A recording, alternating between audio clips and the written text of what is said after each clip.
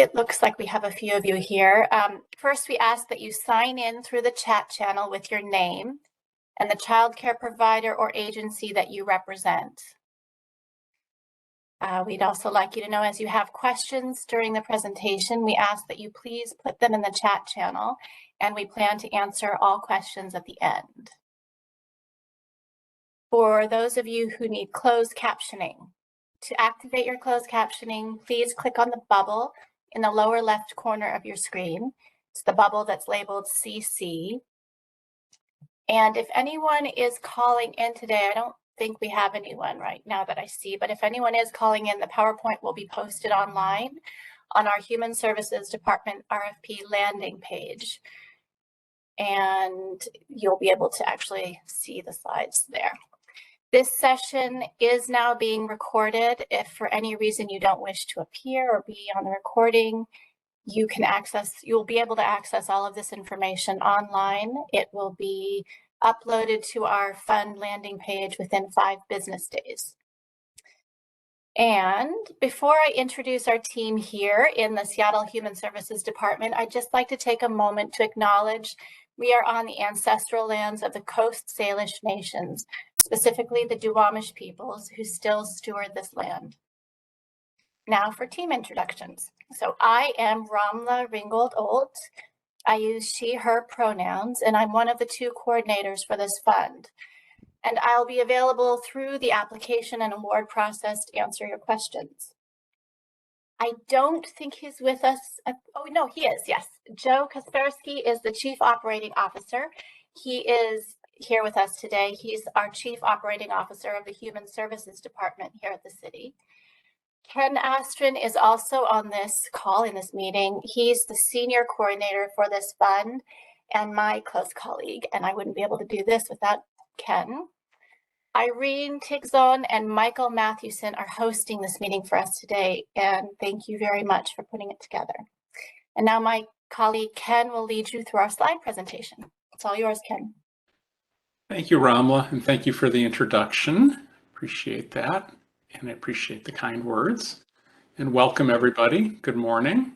Nice, almost Seattle summer. Got a few more days before we hit July 5th, the official start of summer in Seattle.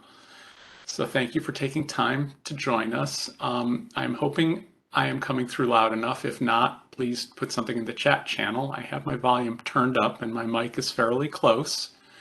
So Ramla has gone over some of the housekeeping. As she mentioned, we have closed captioning if you need it. And that's the little CC icon, the little bubble down in the lower left of your screen if you need that. Otherwise, we will walk through these slides, and I don't know, I'm going to mention 2 things. Some of you may have attended the last session. If you have, a large amount of what we're going to cover today is very, very similar. So please be aware of that this may seem like almost an identical session, and that's how it was designed. And we'll just go with the one item. I can't remember what the other one was. It wasn't as critical, and I'll get back to it in a moment. So as Ram also mentioned, we're recording, so you're aware of that. This session will be available if you need to review it again. With that, let's move on to the next slide, please, Irene. Sure. Great. Yes. Okay, I know what I was going to say. Some of you may be dialing in. So I am going to try and avoid what they call the triple play of PowerPoint, which is to hand you the slide deck, to read the slide deck, and to post it on screen. So we're going to try not to do that, but I am going to have to call out some points for those that are dialing in, so they have some references we're going through this. So please understand that. Today, we're going to basically go through 2 large categories of information. First, the guidelines of the RFP, which I'll be talking about. And second, we'll actually walk through parts of the application. We're not going to walk through everything in the application, but we're going to go through some highlights on it. So with that, I am going to start with the guidelines, and I am also going to apologize in advance. You will probably see me drinking a fair amount of water. Otherwise, if not, I will probably sound like a croaking frog by the end of the presentation. So my apologies if you see me reaching for a water bottle between slides. But with that, let's move on to the next slide, please, Irene. Great. First slide, our timeline. Big changes here. And for those of you who are watching, anything you see in red has been updated and modified. It is called out in red so you can quickly see it. Anything that you see that is strike-through text has been replaced by the red text either beneath it or next to it. So I want to call out the important things. Obviously, today's June 30th. We're having another information session. The key dates that you need to keep in mind are the last day to submit any questions for any clarifying information. That's Tuesday, July 12th. The big date, Tuesday, July 19th at noon. Applications have to be received by that time. So my advice is that technology glitches can happen anytime, anywhere, on anyone's part. I would not wait till 11:50 to submit an application in case something goes wrong, because we have the noon deadline, and with electronic technology, everything gets time stamped. So keep that in mind, Tuesday, July 19th. The following dates are planned and may shift a little bit, but at the present, we are planning for making our notifications in August, on Thursday, August 25th or thereabouts. And then we will go through the appeal period. And then once the appeal period is concluded, we are hoping to start our negotiations with agencies on Friday, September 9th. That is after the Labor Day holiday. I realize that is when a lot of centers are starting back up, but it's the beginning of the negotiation period. So do not worry about scheduling conflicts. We understand your schedule and we will try and accommodate that as best we can. Next slide, please, Irene. All right. This is important and it cannot be emphasized enough for what is eligible and what is required. This RFP is seeking to increase licensed capacity in preschool and childcare facilities across the city of Seattle. The takeaways I want to emphasize from this are that it has to be in the city of Seattle in the corporate limits, and later on we'll mention we have a more revised link for a better map if you have questions. If you're wondering whether your center, and we go by where the physical center is located, we'll have a map that is a little bit cleaner to read than the last one. So if you have any issues or concerns, you can look on the new map. There's two very large lines, one at the north end of the city and one at the south. And you need to be between those lines to be considered in the city limits. Second part is you must demonstrate an increase in licensed capacity. I cannot say that enough. So if you are, I'm going to take an example. If you are a center and you are licensed for 40 kids, I'm using a rough example, your project would have to, when it's concluded, raise that limit to a number, a license capacity above 40. So if you're not increasing license capacity, you will not be considered eligible for this RFP. We understand a lot of folks are wanting to do improvement projects, but this particular process is only to fund projects which increase capacity. So the guidelines of priority on this are that we are looking for programs that serve families most impacted by COVID-19. That is primarily due to the source of funds that we are using. It's federal money. It is part of the recovery plan. Funds are referred to as CLFR, CLIFR, which is Coronavirus Local Recovery Funds. So they are designed to help mitigate the impacts of COVID-19. We are also looking for programs that serve low-income participants. By our definition, we are using the HUD income limits, which we've provided, 80% or less of area median. I realize that a lot of agencies also use the USDA guidelines.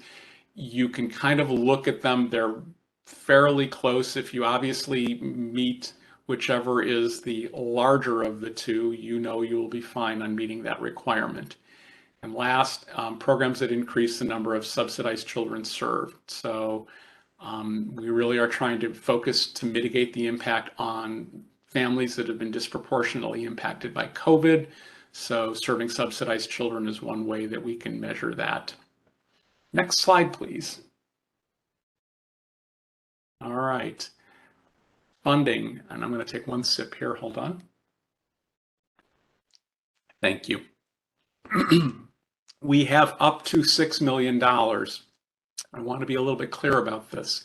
$5 million of this money, excuse me, is the federal CLFR money that I mentioned. That's the Coronavirus Local Recovery. We also have an additional $1 million of block grant, which goes under separate regulations and guidelines.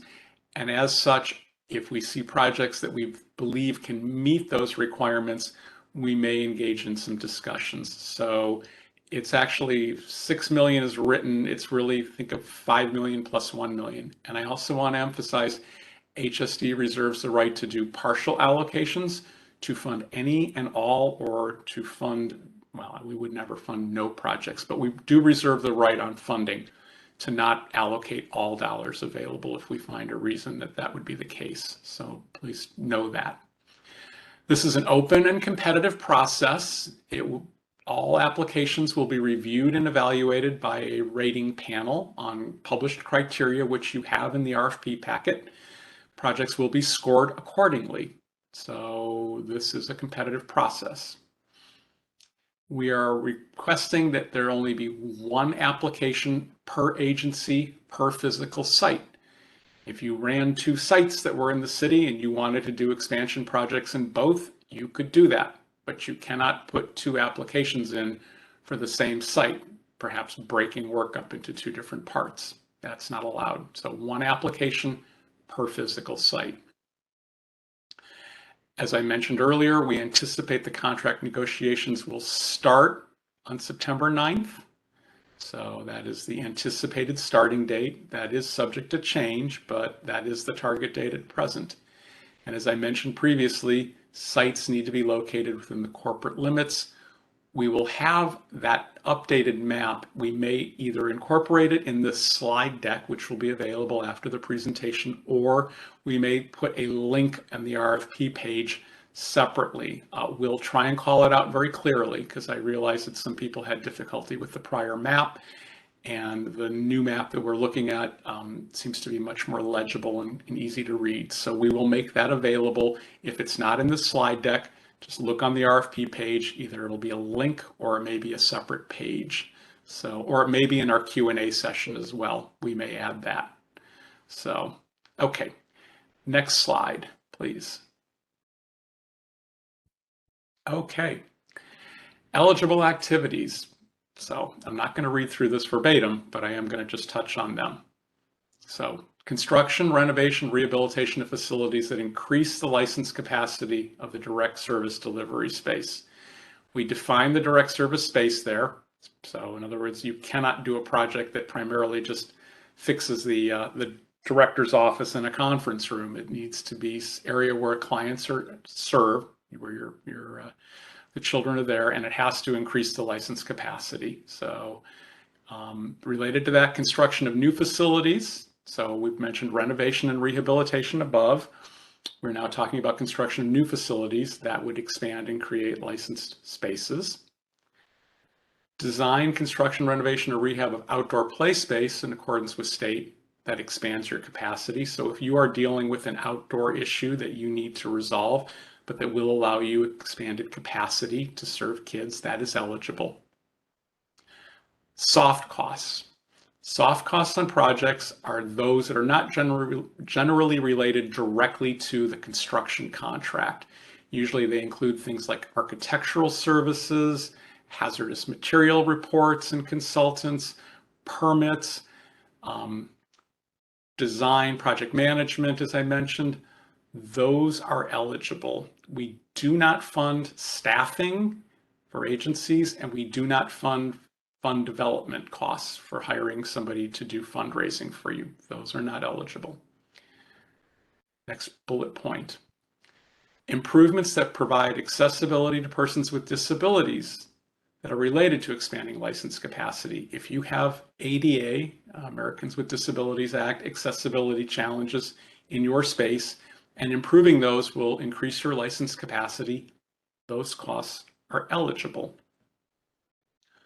Last, acquisition costs. Acquisition costs will be considered eligible if you are able to demonstrate that you have fully secured enough funding to complete any rehab work necessary to obtain your license and become operational. So this is something you need to keep in mind. It's not a multi-phased project. We have a deadline, December of 2024, where all work has to be completed. So if you're asking for funding for acquisition, you're going to need to demonstrate that the remaining money is secured and available, and you can demonstrate that you'll be able to complete the project in our time frame. Next slide. Okay, here's where some of the new changes are, and I think a lot of you are here to listen about. So, minimum eligibility. So, you need to be licensed with a Washington State business license and a Seattle business license. You need to have your federal tax ID, your EIN number, it's the employee identification. And the new part, this is one of the major changes, we are now eligible, we are now able to make this particular Cliffer funding, not the CDBG money, the 1 million I mentioned earlier, but the 5 million in Cliffer money, CLFR. We are now able to fund both nonprofit and for-profit center-based providers and home-based agencies. So, and that includes home-based agencies who are perhaps licensed as an LLC, a limited liability company. So that was not available in the first iteration of this RFP. So it is now open to both nonprofit and for-profit, both center-based and home-based agencies. So if you are a nonprofit, we do expect that you have your IRS 501c3 status. And also eligible are federally recognized or Washington State recognized Indian tribes. And if you are a public corporation, commission, or other legal entity or authority under the state, you must be in good standing and your license must not have been revoked from the prior year. So I think you would know that, and that would be very clear. Next slide, please. We're going to walk through the rating criteria now. The rating criteria total 100 points in 4 sections. So every project is scored on a 100-point scale. First section, rating criteria A on the proposed project, is worth 25 points, 1/4 of the entire application scoring. So the items that we are looking at and this is the review panel, the items that the review panel will be looking at, and this is a community review panel. They're going to look at, and they want to know that when the project is completed, there is a net increase in license capacity. That's actually a requirement. So if that's not demonstrated, more than likely the application's not going to get reviewed. But they're going to look and see how much of the increase that they're getting, and they're also going to look at that relative to the cost of the project. So that is part of the factoring. B, we want to see a realistic and comprehensive schedule for the project, showing that you can demonstrate the ability to complete it and that you've laid out a timeline for that. Third item, C, agency shows the ability to start the project promptly and be completed. The end date for project completion in the RFP is December 31, 2024. We would expect projects to show that they can be completed successfully. And by completed, that means you've obtained your certificate of occupancy or temporary certificate of occupancy, if applicable, and your DCYF licensing to show your new amount that you've been licensed for. We're looking, as I mentioned in the first point, I'm going to mention in this fourth one, project is a good value for an investment of funds. So we are going to look at the type of project, the cost of the project, the increment and gain of the project. That will factor into that question. The last point, there are attachments that are to be included and completed in the application process. I will mention here now, there is a checklist in the RFP packet. Strongly encourage you use the checklist to make sure all items are submitted, because we can't come back and ask for items that are missing. So it's really incumbent upon you as the agency to read and make sure that you've submitted everything. Things that you would need to submit include, but are not limited to, are your site control documents, which would either be perhaps a deed of trust or a lease for the property to show that you have the ability to operate and or either own or lease the space. If you're leasing, we ask you that you provide written authorization from the landlord to make these tenant improvements that you've outlined in your proposal. We want to make sure your landlord is comfortable with what you are proposing. Third, we'd like to see a copy of your DCYF license. And fourth, there's the completed project schedule form, which is attachment 1. It's part of an Excel file. There is one small change that is not put into that file that will be adjusted.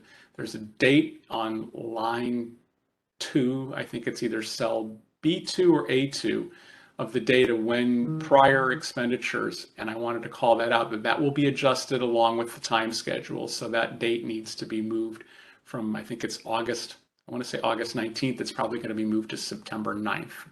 So just note that's a minor correction, but you should be aware of that, and we will correct that in the document. So when you're filling out that form, just be mindful of that date. Next slide, please, Irene.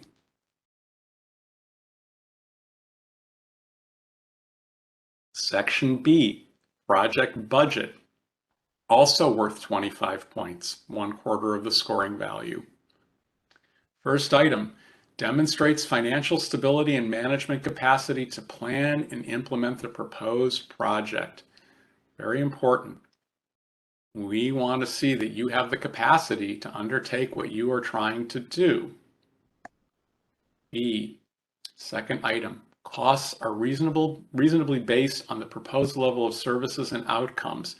Again, that ties back to that point in the prior slide, but that it's the panel will be looking at, is this reasonable given the level of services and given the outcomes that you're proposing? Are the numbers making sense? C, third item, agency has secured other funds that are necessary for the successful completion of the project. Very critical, because we need to know if you have money that's ready to go, and if not, when it's going to be ready.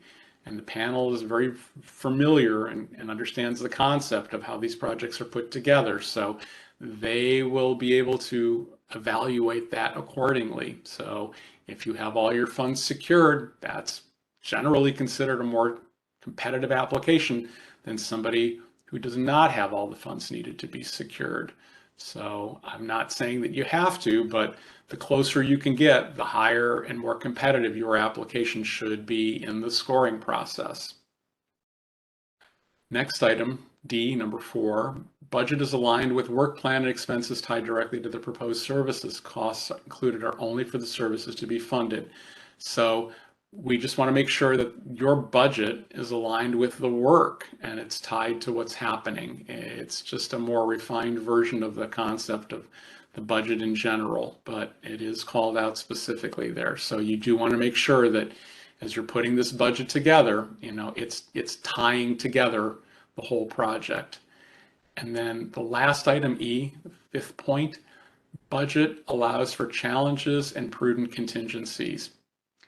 This is a particularly important point in this time period today.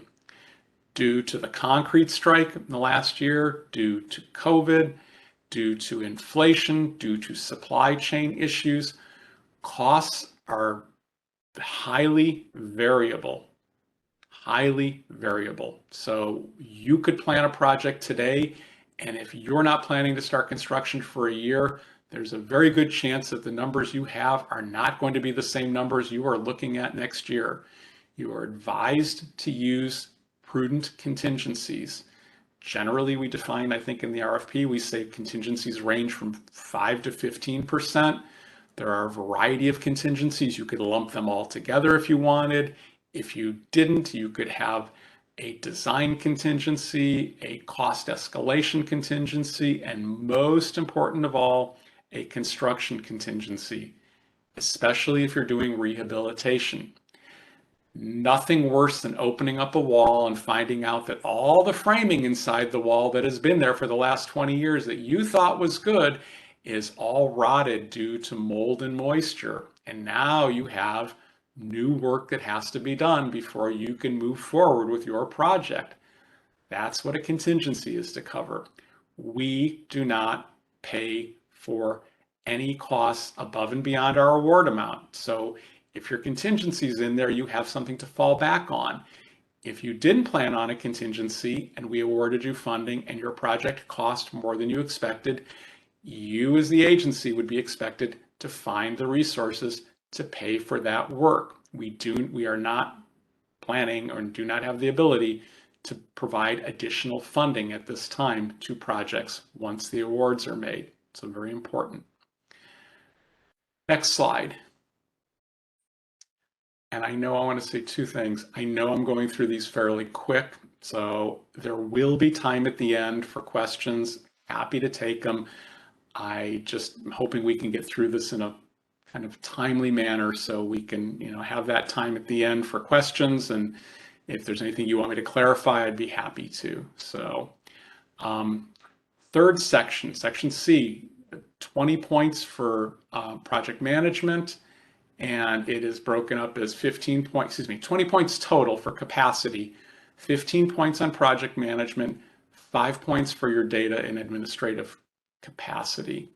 And let me break those down a little bit. So those 15 points in project management, we want to know, do you have the experience with child care center construction, renovation, and or expansion, or are you hiring somebody to help you with that? So you do have the ability to hire a construction manager or a project manager or an owner's representative to work with you to bring capacity if you do not have it. We understand that construction is generally not your primary line of business, childcare is. So if you are feeling this project is a bit beyond what you want and need, we would encourage you to consider that. Second point in project management. Well-qualified project team, just what I was starting to allude to with the project manager. That would also include an architect if you need one. So architects, project manager, your general contractor. So external team members are not required to receive funding. Okay. Your contractor should have experience paying prevailing wages. They should have some experience with public funding of contracts and the payment of prevailing wages. I would strongly encourage that. I would also strongly encourage that you keep that in mind when you figure your cost estimates out, because these are public funds and we will expect that your contractor will be paying state prevailing wages for the work to be done. So it's we'll get to that in a little later, but I'll give you a little preview on that now. 5 points for data and administration. Applicant has fiscal management system which maintains checks and balances and follows generally accepted accounting principles to safeguard all funds that may be awarded. I'm going to do all three and then I'm going to give comments. Applicant has experience collecting data and identifies the specific data it collects. Applicant has procedures in place to keep data private and secure. Okay, these are federal funds. There is going to be an expectation that you maintain your records. I think it's either 6 years or 6 years prior to the completion of the continuing use period, but all of your procurement records, your contracting records, your invoicing, all of that needs to be maintained. So that's why we mentioned there about generally accepted accounting principles. So you should have good documentation. Second is that you will be doing data reporting during the time period that you're required to do continuing use. That is a federal requirement. So we would expect that you have some method of maintaining that data. And third, related to that, is that you have some ability to keep that data related to your clients private and secure. We are not going to ask for any data that is personally identifiable. You will aggregate it. But in order to get that data, you will be expected to gather it. So, data privacy and security is important. But again, you will not be submitting any personally identifiable information to the city. You will aggregate it and show us the aggregate data for the program. Next slide, please.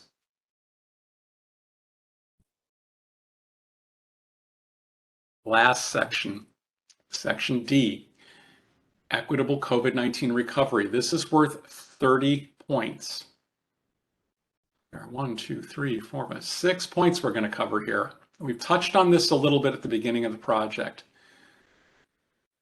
Program describes how they will serve communities most disproportionately impacted by COVID. That is key to this funding. So you need to be able to document and demonstrate how you are helping your families and their children who have been disproportionately impacted by COVID-19. Program provides developmentally culturally appropriate services. We expect providers who get contracting from the city to provide those types of services.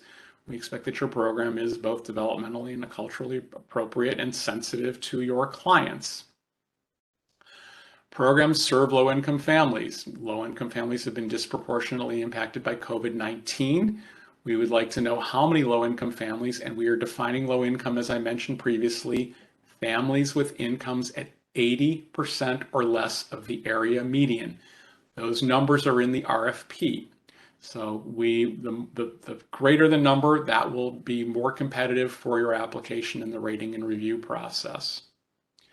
Program primarily serves Seattle residents or families with members who work in Seattle. So if you're not primarily serving Seattle residents, you should be serving families, you should be serving children who have family members who work in the city. The funds were allocated to the city to support both residents and people who work in the city. So if you are primarily serving non-Seattle residents and their family members are not working in the city limits, that would be at a disadvantage in the rating criteria for your project. Describes how children and families will benefit. I think that's fairly clear. You should be able to kind of elaborate on what this project will do in addition to just expanding capacity, which will allow your families to benefit. And also, we would expect you to explain how this project fits in with your agency's long-term plans. Next item, please. Next slide, sorry. Thank you, Irene. Okay, completed applications. Your application needs to have a signed cover sheet, the narrative response, which is where you write out the answers to all your questions, the completed attachment packet, that's attachments 1, 2, and 3 in the Excel worksheet, your site control documents, which I mentioned previously. That includes whether a lease and or deed of trust to show that you have site control, copy of your DCYF license, we mentioned that earlier. So you shouldn't necessarily include information that's not requested unless it's supporting part of what you're doing for this. If you have perhaps information from a contractor that is like an estimate, that would be considered supporting documentation. That would not fall in that category. Materials not requested because it's basically backup documentation. And we do not want any private personal identifiable information that would constitute any special handling or breach. So do not upload anything like driver's license numbers, social security numbers. You're not going to upload any credit card information, but anything that would, if that information got out, would cause a breach, we do not want it. So next slide, please, Irene. All right. There are 2 ways that you can submit an application, and you can submit it through the portal, which will show in the next slide, or you can email it. They both work. They both have file size limitations. We'll get to that. I believe it's in the next slide. We are not accepting faxed. We're not accepting US mail, and we're not accepting in-person submissions. So no physical hard copies. It's all being done electronically. So applications must be complete and on time. And as I mentioned previously, glitches happen and we are not responsible. So you have 2 options. You can use one or the other, not both. You will get some type of a receipt, whether you email it or submit it through the portal that says your information has been received and has a timestamp on that. So if you did not get something within a reasonable amount of time, and by that I mean maybe 3 to 5 minutes, give or take, you may want to check, and there's an email address that'll pop up that you can write, because I'm not actually receiving these and Ramla is not receiving these. A colleague of ours is monitoring that, so she would be the person you would need to want to reach out to. So the deadline again, July 19th, noon. So that, and it, because it's electronic, they're, not like in the years past where people walked into 1201 and, we kind of, graciously accepted an application. These are clocked in by the system. So please make sure you're aware of that noon deadline. Next slide, Irene. Sure. All right, here's the link for the portal. That'll be available in the slide deck. It's probably also available elsewhere in the RFP, so should be in some spots, multiple spots, should be the same link. It's not an online system. This is not an online application system like some of the government entities and other funders use. So you can't save your work. Basically, you're just uploading it. So all your files need to be put in order. PDFs are generally a good format. Word documents, Excel documents. So I would say those three are probably the most common, and as mentioned below, accepts PDF, Doc, DocX. RTF, which is a form of a text document, and then we have the 2 Excel versions. 100 megabyte limit for the upload. That's a pretty generous amount unless you have something really intense. So, but check the size of your files before you submit. And as I mentioned earlier, the system sends you a confirmation.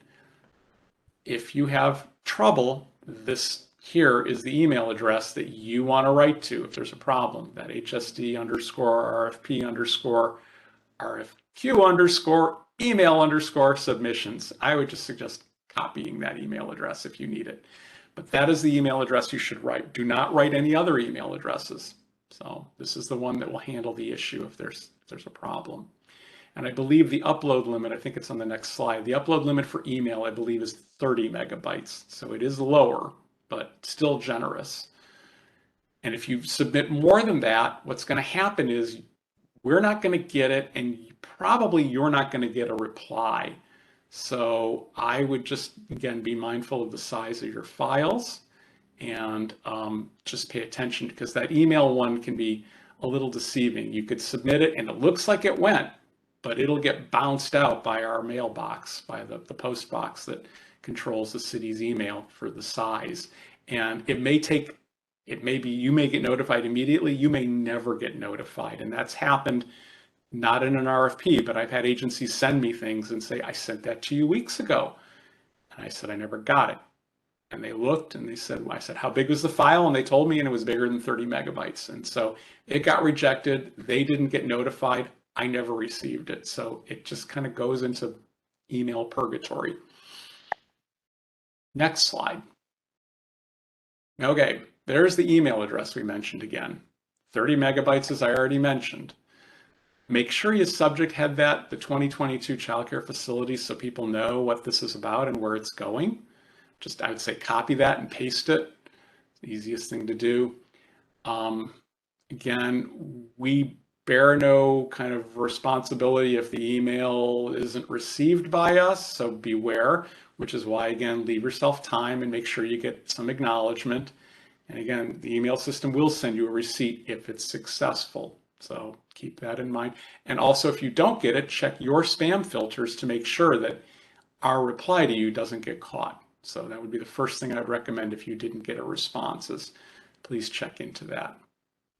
Okay. All right. After we receive the files, we have a rating committee. They will review and score all the written applications. As a part of that process, they may, after reviewing and getting together and meeting, they may have some clarifying questions that those will be gathered up. Ramla and I will be working on that. And agencies will be notified that there is information that we need clarified. Again, I want to be clear. We are not able to ask for missing information, meaning like you didn't submit a budget. But if you submitted a budget and people weren't clear about, and they wanted further elaboration on that, i.e. we wanted to clarify, we will ask those questions. All agencies will get the same amount of time to reply. I can't remember, I think it's 3 days, but I'll have to double check on that. So everyone, it's a level playing field. And after that, they will conclude their scoring and the panel will make funding recommendations to HSD's director. If you are awarded funding, you may be asked to submit additional documentation for fiscal review. That is still a part of the requirement. You do need to meet and pass the fiscal review. HSD considers funding recommendation. Okay, I think that slide is think that was part of another slide. I think these guys, they got moved around. All applicants get notified on August 12th. The target date right now is August 25th. We should be able to hold to that, but if we don't, we'll publish whatever the revised date is. There is an appeals process. After the applicants are notified, there is a defined appeals process. We'll talk more about that in a minute. Once the appeals process concludes, then we can make final notifications to the agencies that we've awarded funding to. Next slide, please.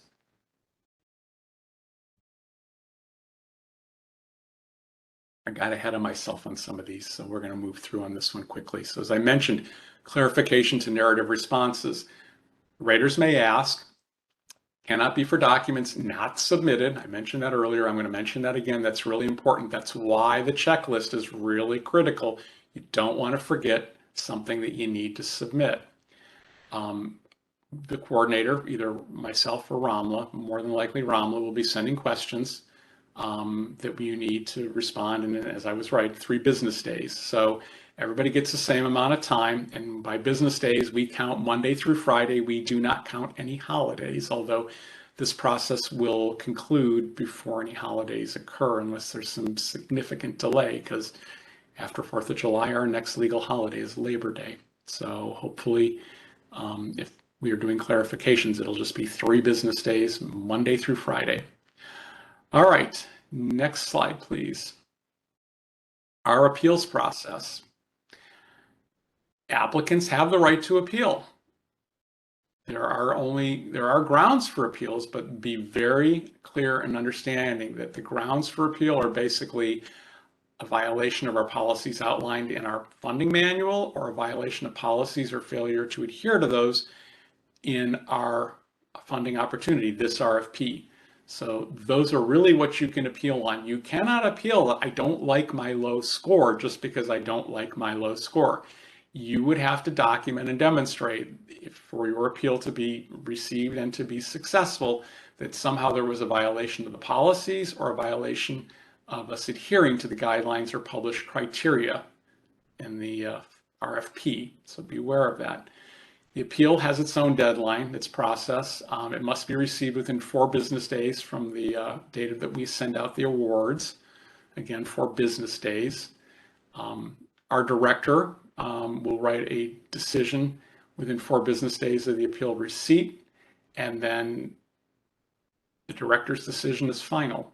So, and we do not execute any contracts until the appeal process is closed. We will not even begin to execute any contracts until the appeal process is closed. So, and that is it on that slide. Next, please. Tips. Okay, go through some of these.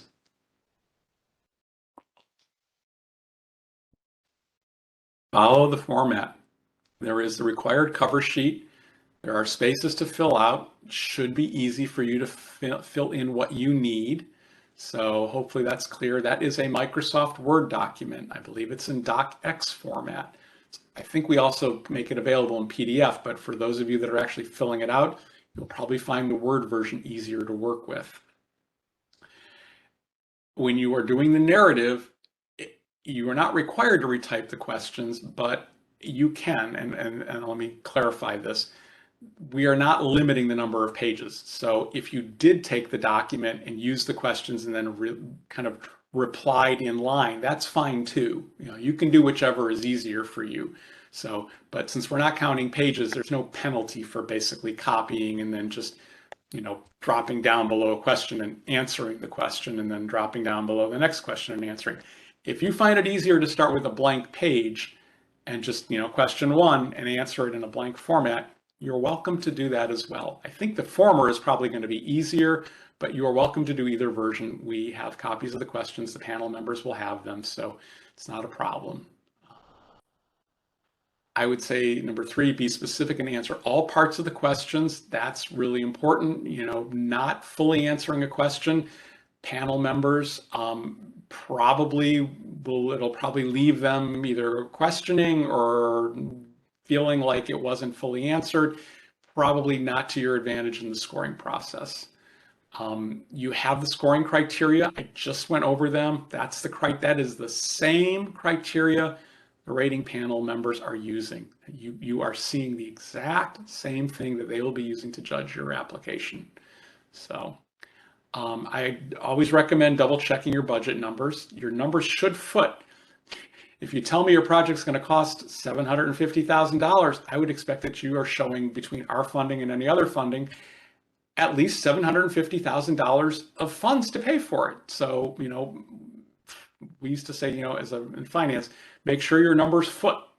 So make sure that, your numbers for your costs are both the adding up of them is correctly, and that the expenditures are equal to the revenue, and at a minimum, your expenditures have to be covered by your revenue. If there's a little more, it may raise a question, but better to have more than less, which is going to raise a lot of questions.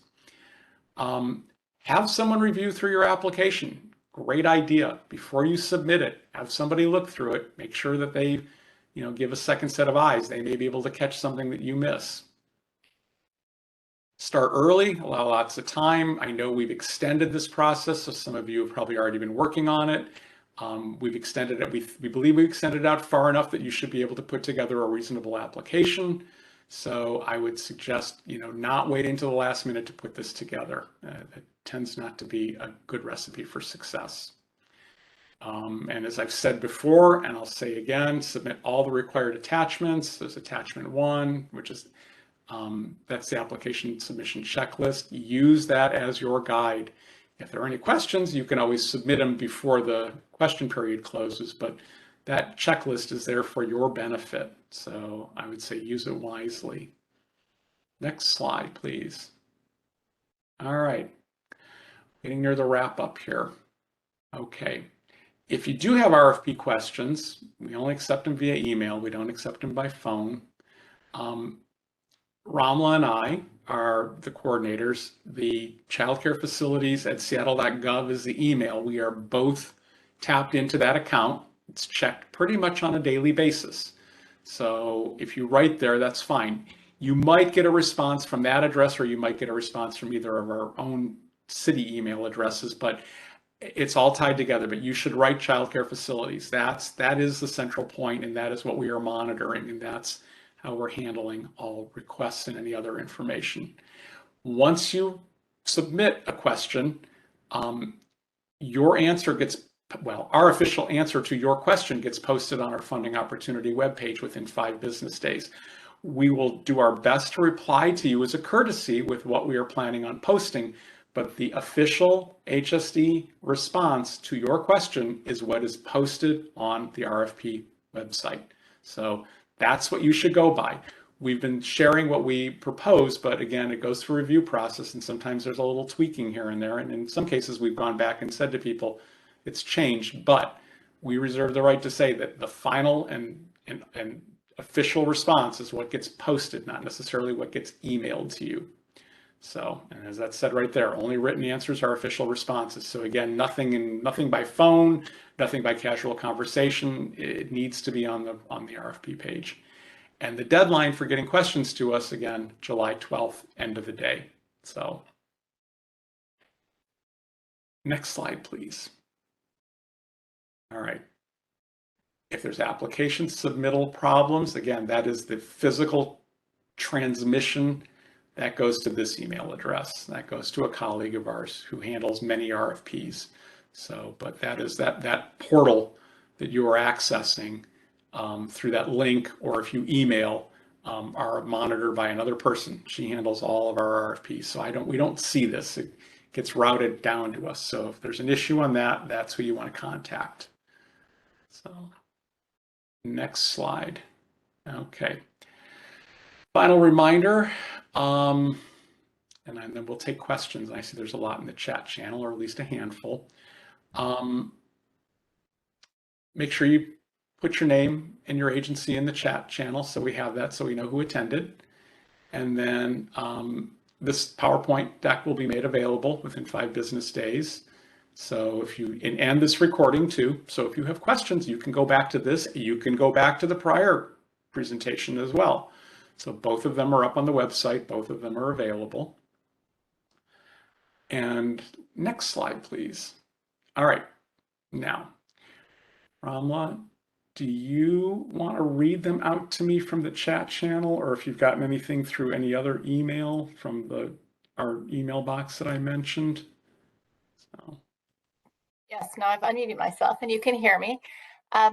We didn't get anything in email, but we did get a few in the chat channel. So the first one there was she wanted us to clarify that family-based home childcares are eligible. Yes, they are. Yes. Okay. Okay.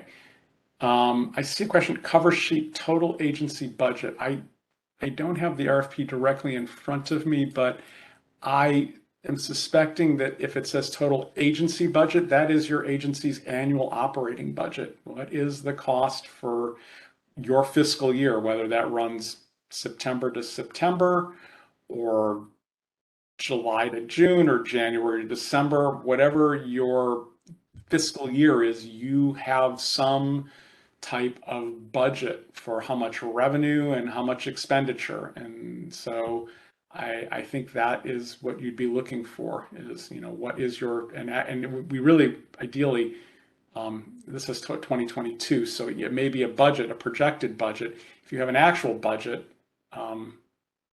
that way, if you're already in your next, I don't know if you'd be in your next fiscal year yet. Tomorrow, some people may be flipping over. A lot of people in their calendar or their fiscal years on June 30th. But yes, we want to know for 2022, what's your agency's budget? So, and that includes everything, operations, costs, salaries, anything related to running the program for the agency for that site. Actually, for the agency, if you have multiple sites, just mention, but if you have I think that's for multiple sites. So if you have multiple sites, I think we'd want to see the budget for, well, I don't have that document right in front of me. Let's see if I can call it up while I would work on the next question. There were only 2 questions in the chat. Okay, so let me call up that. I just want to call up that one document. I just want to, on the cover sheet. We received another question. Sure. So I'll read it out. What are the specific requirements for the landlord if the grant is between 25,000 through 375,000? Also, the same question if the grant is over 375,000. Yeah. Okay.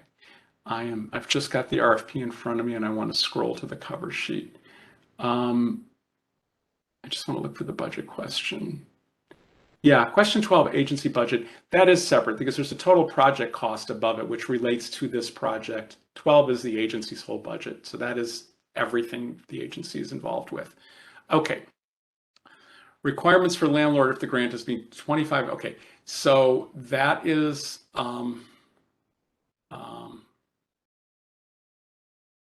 okay.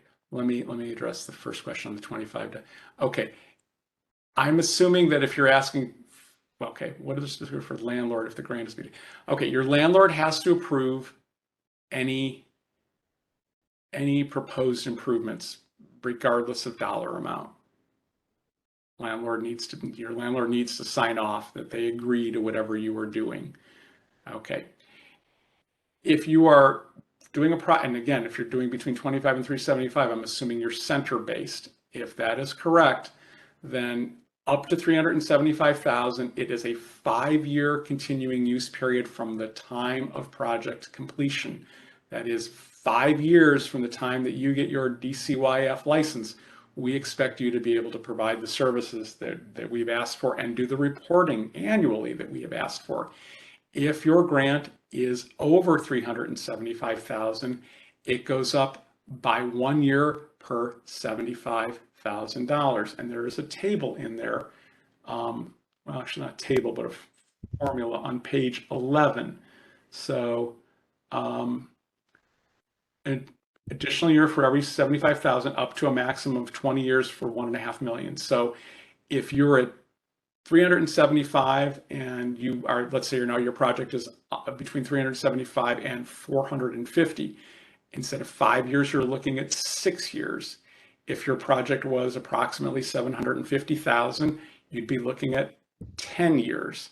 So it adds a year for every $75,000 increment above $375,000 up to 20 years, which would be $1.5 million. So when you get to $1.5 million up to our $2 million funding limit, you are now at a 20-year obligation. We do not go beyond 20 years.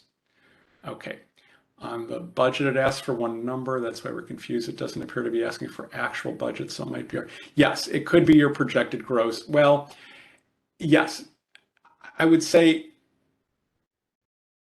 let me be clear. There's a distinction. I'm a finance person. There's a distinction between what I would talk as gross revenue versus what I would talk would be budget.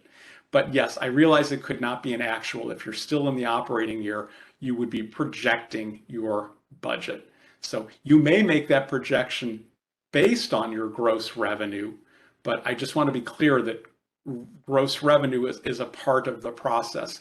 There may be other forms of revenue as well, that either if it's not from client, it could be from public funding sources. But yes, I understand what you're saying. I mean, for the most part, that's going to be the big driver is your gross revenue. But you should have a projection for what it costs to run the center. And that's why I say that it's the total project budget, because you may say that we're going to have $400,000 in projected revenue, but if you actually sat and did a budget, you might realize that your costs could be $350,000 to $450,000. I don't know. I would just say no. Use the projected gross revenue to calculate what your projected budget would be. I guess that's the way I would describe it. Sorry to have to do the thinking on the fly here, but I just want to be clear because revenue is only a piece of what constitutes a budget.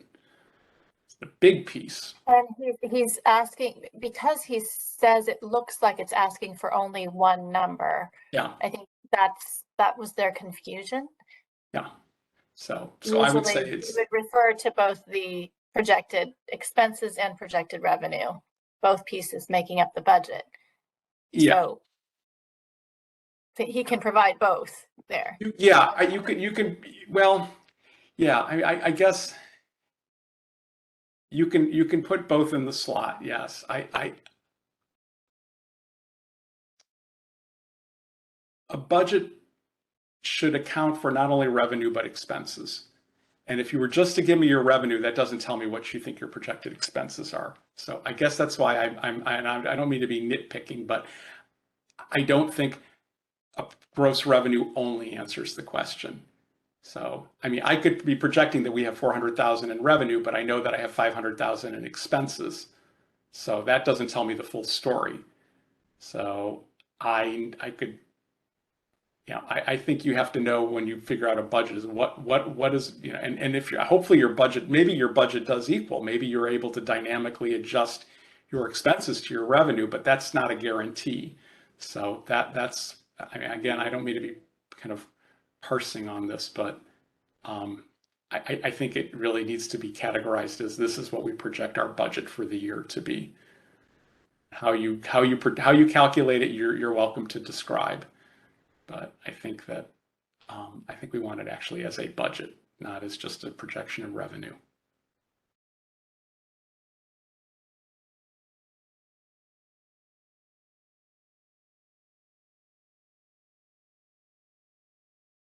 Jordan, does that answer your question? I hope that does. I'm sorry that was a little muddled, but we'll clarify that a little bit better in the writing. But right, I think it's different if we're asking for that from a nonprofit that's used to coming up with a budget versus some of these smaller home-based, family-based care. Yes. Yeah. So I want to make it clear for them. Yeah, the correlation is probably very, very high, but there is a distinction. So that's why I say that.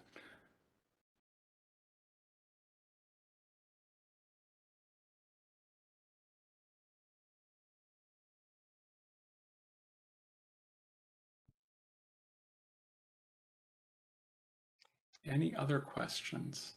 I have one. I'm sorry that I was just getting on, but my name is Erica Lanier and I'm from Seed of Life. And my question is, if we don't have the pre-approval from the SBA loan department for our project, will that be an issue?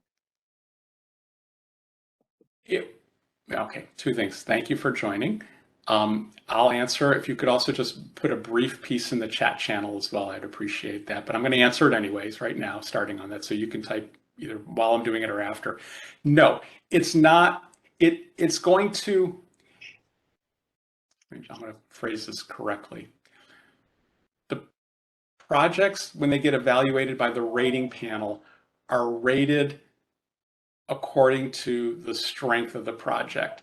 So you would not be ineligible, but I would say if an identical project to yours was also looking at SBA funding and had it secured, it would be expected that they would probably, all other things equal, they would probably have a slightly higher score than you because they actually have it.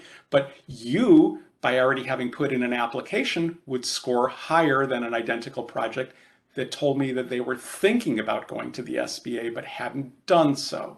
So it's a graduated scale. The closer you are to having funds secured, the stronger your scoring would be. But it's not a yes no. In other words, you wouldn't be like, oh, no points at all. I mean, unless you just didn't have anything. I mean, if you just said, oh well, we were thinking of it, but we haven't really done anything, I could see panel members going, well, that doesn't fully develop. But if you've got something in process and you're just waiting on the results, that is clearly better than not doing anything. It's just not as strong as if the SBA gave you a commitment letter and said, here's our award to you. So I would think you could submit it and it'll be rated and ranked accordingly. Jordan had asked a follow-up question. Yeah. Ken, so this is going back to the agency budget question. And his question is, if I'm understanding it correctly, then HSD is looking for our estimated 2022 profit if we weren't doing this project. Okay, projected revenue less, and again, we're talking agency operating budget here, not on this project. Okay, so projected revenue less projected costs would leave us with dollars we expect to have left. Yes, that's okay. What you're telling me is that is the general formula for profit or loss. Revenue minus expenses equals profit or loss. Okay. This is a projected remainder that would serve as the operating budget. No, it's not. So let's use that same analogy. So what I would want to know is your formula is correct. Revenue minus expenses equals profit or loss. But what I'm asking is a larger question, which is, let's just say it's January 1 and you run on a 12-month calendar year, and let's just say that's the year. You would probably put forth a budget for what you expect to spend, and in theory, well, you would put forth a budget of what you expect your expenditures for the year would be. And in an ideal situation, your revenue would be a number that exceeds that. The difference then would be profit. If your revenue did not exceed it, you'd be operating at a loss. But the point I'm making is I just want to know what is your annual, what do you do when you fill out your tax forms and you say to the IRS, or if you're a nonprofit and you're doing a Form 990, what is your revenue? What is your agency's, or not revenue, what is your budget? This is our annual budget. So it's a question, it's somewhat of a theoretical question, I understand, because it's projected, but I'm actually not quite understanding how you're responding either, Ken. Okay, yeah, I'm sorry. To make that clear. Yes. Okay. At the beginning of a year, you should be able to project what your budget for the year will be, what the costs are. You should know what your expenses are. If you're going to run 3 classrooms and you're going to have utilities and you're going to have this many teachers and this much for food and this much for supplies, you should be able to project out for the year. This is what we project our budget to be. We project it's going to cost us $2,500,000. That's the projection. Drop down a level and I would say, okay, does your revenue support your budget? That's a separate question. In other words, are you going to make $2.5 million in revenue? Are you going to make more than $2.5 million in revenue? Are you going to make less? That would determine whether you make a profit or a loss. But the first question, the higher level of that is, what are you projecting your costs to be for the year? So that's what I'm trying to understand. So, I mean, are you $10 million agency? Are you a $1 million agency? I mean, we are trying to gauge the magnitude of your agency in terms of programming. So are you a $20 million a year agency? I mean, that's a budget figure, you know, and again, you can break it, but yes, there's two questions here. Let me answer Jordan's. The question is only asking how much we expect to spend outside the, no, it's not about the price. This is that question is just a question of what is your agency's budget? What is your annual budget? I could ask you to go backwards and say in 2021 or 2020, what was your budget? And in theory, you should be able to tell me, well, this is, you know, this is what it costs us to run the program. The sub question of that is, okay, did you make enough revenue to cover that or not? But the question, this is what it ended up to, what it cost me to run my program. These are all the incidental expenses. So did it cost me $2.5 million? Did it cost me, you know, 2.4, 2.6? I'm trying to gauge what it is, you know, what is your annual budget? I would hope that your revenue meets your budget and exceeds it, but that's not always the case. But that's kind of a separate question. Okay, so we have a current annual budget, and then for expansion, for example, so we have our current annual budget.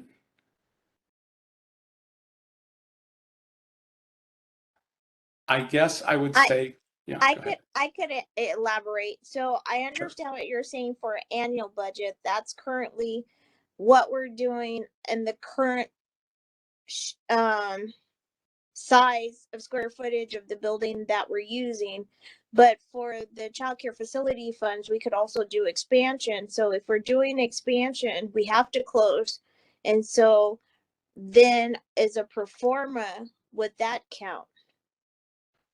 You could the question asks for the 2022 budget. So it's actually prior to undertaking any of your expansion work. Okay. So answering that one question in the RFP is kind of right now, static picture of you before we started on any of these projects. What's your budget to run you through whatever your fiscal year, your fiscal 2022 year? I don't know when it ends. Some will end in December, some will end in other months. But the fiscal 2022 year, what's your projected budget? So, okay. And that would, yeah, if you want to say, well, you know, it's all the costs, I would say that, okay, you know, it has to, by nature, it has to include everything it costs to run the program. And again, I think the secondary level is, okay, does your revenue meet your expenditures? I mean, I guess if you run a program where your revenues dictate your costs, then maybe you're going to run on what your revenue is. But either way, I still need a number of, you know, for 12 months of what it is for your program for fiscal year 2022. Okay, so I have the fiscal for 22 is fine. That but then we've had a pro forma done to show once the construction project is done, the revenue coming in, how it will, basically what the profits and loss would be too. So can we submit that also? You can submit it. I think the intent of that specific question is, again, just to try and gauge the magnitude of your program, and just in terms of, you know, what your agency's size is based on budget. I think so. I mean, I think what we're really looking at is kind of, you know, in fiscal 2022, how big are you? Right. Yeah. But I guess, yeah, for us who are submitting like a whole architectural design of what the new construction would look like, and doubling in capacity and all of that, like it's a larger scale. So yeah, if you want, as supporting documentation, if you want to provide what you think is going to be, I think there's later on there's questions around that. That would be supporting documentation. That's a good point. And let me kind of clear this a little further, and then there's another part there. So let's just, I'm going to use that same number. Your 2022 fiscal year budget is $2.5 million, but you know after you finish this project in the beginning of 2024, you're going to be a $3 million agency because you've increased your capacity and you know what your costs and revenue are. So you could put that in there and say, when we're done, I think that's part of the narrative in the project. You could say, when we're done, we expect to be, we expect our growth of kids to be this, and we expect our budget to grow as well. And our, I think that by saying the budget, I think that's implied both cost and revenue. Now, that doesn't mean they go up at the same rate, but that both will be impacted. If you are now serving more kids, theoretically, your revenue should go up because you've got more kids, and your costs probably should go up because you got more space. So you are welcome to tell us that, yes, and acknowledging that is a good thing. Now, the answer to the question around the project, I would suggest if you are a small nonprofit, give us the numbers for this and consider this project kind of discrete. I think that would be the way I would. In other words, if somebody's going to give you $1 million loan to do expansion, or let me use a smaller number, let's $500,000. And so let's go back to that example. So your budget is $2.5 million. I would say if you're doing the project budget, if you're getting $500,000 loan from or $250,000 loan from SBA and $250,000 from the city, those are really kind of in the project budget. I would kind of chunk that out discretely. I mean, yes, it eventually does get all folded back up for your tax purposes, but that's not what I'm looking for. That's not what I want. How you categorize that for your purposes is one thing, but I'm just trying to gauge your size. That's all I'm trying to understand. So just, what size are you now? If you want to tell me what size you think you're going to be when the project is done, that's fine. But we're just trying to gauge kind of how big of an agency you are. So. Oh, okay. Yeah. Still kind of confusing, but Okay. For a smaller organizations, yeah. Okay. Let me rephrase this. Do you have an accountant that produces any type of statements for you? Do they do like an income statement or a balance sheet or any type of? I have I do have an annual where the accountant gives us, because we normally have to submit it to the city already, like an annual review. But then we have, I can pull up like the profit and loss for the year. That's no problem. I guess I'm concerned. I'll just put it out there. So we pull in almost $3 million a year, but this new project is going to cost $24 million. And so we have some solidified funding already, but the rest will be through SBA. So I'm trying to figure out, how do I present the projected budget? I have the performer already done, and I have all that architect, and I have the budget of construction. I have everything. Okay, so I would say if your expenses or your budget, your profit and loss shows $3 million a year, that's what the cost to run the agency in 2022. Whether was that your projection for 2022, maybe based on 2021, that's the figure you'd submit. Your project budget, the capital budget for this construction project, is separate. There are two different questions. The budget word is used in both of them, but they are different from each other. And your project budget is discrete in terms of, all I want to know in your project budget is, what are your sources of funding to pay for all this work, capital work, and what are you spending it on? Now, when you are done with your project, your accountant is going to gather all of it up together and put it together in a fashion that it needs to be. So, I'm not saying it's not a part of it. That's their job, and that's not what I'm asking. But for our purposes, there's kind of two questions here. One is just, what's the agency's 2022 budget? And then there's this project. what is the budget just for this project, meaning this discrete activity of building or rehabbing your building. And that stands kind of in its own realm for what we're looking at.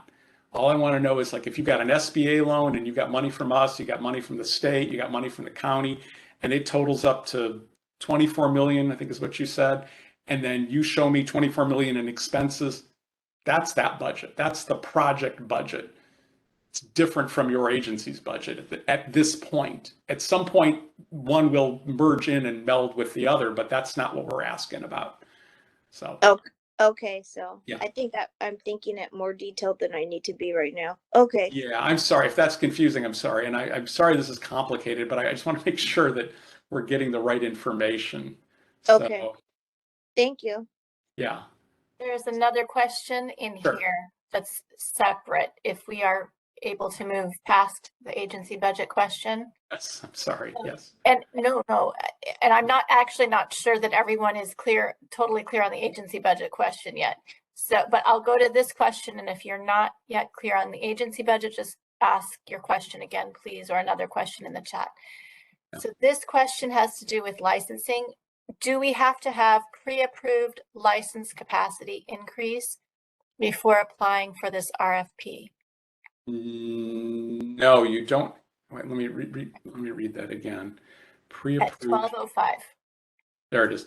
Pre-approved license. No, if you had it, it would probably be beneficial to you to say that we've talked with our licensor and we know, but the measure of what we're looking for is I'm currently licensed to serve 60 kids. When we finish this project, DCYF is going to license us for 80 kids. So you've now gained 20 new slots. That's what we're looking for. If you can't get those, then we would have a problem. So you should be clear that you're going to be able to get this. So if you need to go to DCYF and ask them, then that's probably advisable. But you don't need to have any formal pre-approval. But if you have it, you should submit it. I can jump in and just add that I'm coming from the nonprofit side and have worked on capital projects before. And we were not able to get pre-approval for a license for increased capacity until the project was at its end. So I wouldn't be concerned about getting a pre-approval if that's not something you've done so far. You would be approved once you have that increased capacity and you meet all the requirements for that. If that makes sense. Yeah. They don't always pre-approve, but sometimes the licensor will talk to you and you could just say to them, I would like to do this. And they might say, if you do this, if you do it right, I could see that. Or they may just say, well, I see a problem here. I don't think you're going to be able to. So, the wisdom of a licensor is valuable, but they are not going to grant, as Ramla said, they're probably not going to grant you much in writing. They're probably just going to meet with you and talk to you about it. They might send you notes. So please ask in the chat if there's any more questions about that. We'll go back to agency budget now. So the question is now, I've heard that 1, budget is what it costs to run the program, and 2, revenue is the dollars used to cover the budget. So 2022 budget equals 2022 expenses. I would think that is not an unreasonable method of explaining it. The alternate, I would say, yes, expenses are really, budgets are projections. Expenses are really what you're projecting out. So yes, your 2022 expenses would be, if it costs you $1 million, hopefully, like I said, you get a revenue to cover it. The only other way I could say that you might approach it, and I'm not saying this is necessarily better or worse, but it's different, is you might say, I can only get $1 million in revenue, so I'm going to have to trim out everything to meet that amount. But sometimes you have structural costs that can't be adjusted, which is why I don't really recommend that approach. Usually you look at, like, what is it going to cost me to do this? Now, what variables you can control, but some costs you just can't variable. So it's always, I think, safer to project out what you think the costs are going to be and then figure out whether the revenue will match it. But yes, I think for what you're trying to do, I would say your projected 2022 total expenses would, for our purposes, be the same as your 2022 budget. Does that make sense, Ramla? I'm just asking as a colleague. And I understand why this question has come up, because we are opening this fund to people who have to businesses that have not had to do this, or at least present it in this way. Yes. So we typically ask this of a nonprofit agency that is used to having to present a budget. And I'm sorry. I'm sorry the translation was a little awkward in my part, but you are exactly right. But in translating it down, because most agencies do have to do projections for next year. They have a board, and the board wants to know what's our budget this year, and what are the numbers, and what's our budget next year, and then there's financial statements that go along with it. So yes, I realize that smaller capacity agencies and home providers probably don't use that same paradigm. And so I guess I was at a bit of a loss to try and translate it. But I think what Jordan said kind of makes sense, which is yes, I would say if your 2022 expenses will, and again, they can vary, maybe you are able to cut some costs, and, or maybe you have to, but it is, at some point, we need a projection of what that 12-month period.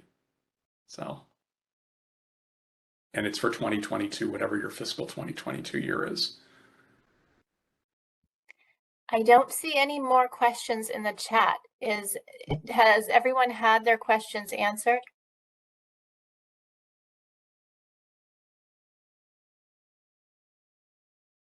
Oh, and great. I'm glad that Thank you. Thank you for staying with me on that. I'm very sorry. I wanted to give you an answer, and I wanted to give you one that made sense and was clear. It's just